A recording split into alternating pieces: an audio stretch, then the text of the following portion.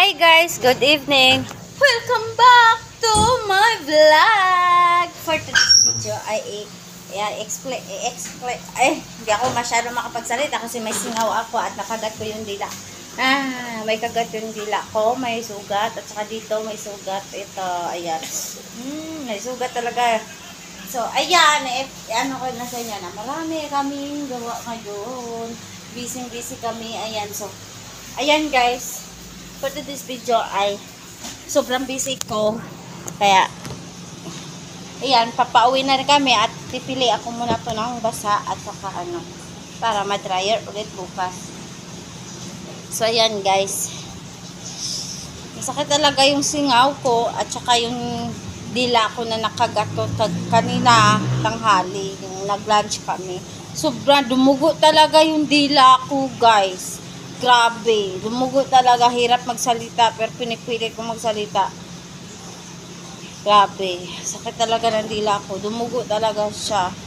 Nasugat talaga yung dila ko. Iwan ko kung sinong nag-ano sa akin, sinong binabanggit-banggit yung pangalan ko, kaya nakagat ko yung dila ko. Kasi pag ganyan kasi, pamahain daw yan ng mga matatanda. Pag once na makagat yung dila nyo or yung bibig nyo, may bumabanggit sa pangalan nyo, binabanggit kayo, chinichismis ganun, chinichismis daw kayo. Kaya ayan guys, siguro kaya ako ano, sinichismis siguro yung pangalan ko, sinichismis siguro ako ng mga daan, pero ngayon talaga nasugatan talaga ako. Gusto ko talagang umiyak, sobrang sakit ng dila ko guys. Hindi ko ma-explain ang nararamdaman kong sobrang sakit guys.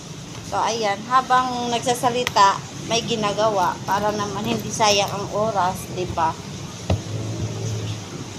Ayun lang ako bumalik ng mag-vlog kasi wala nang customer. So nag-close na din kami, so kaya ayan, namimili na ako sa ano, mga basa at saka yung mga tuyo na para ano, pagtutupiin na lang.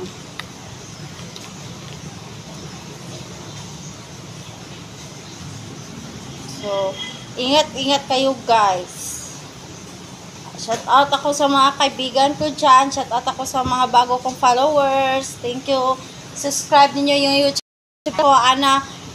YouTube ko is Yori Vlog and Broken Vlog. Ayan. Subscribe and share naman niyo yung aking YouTube channel.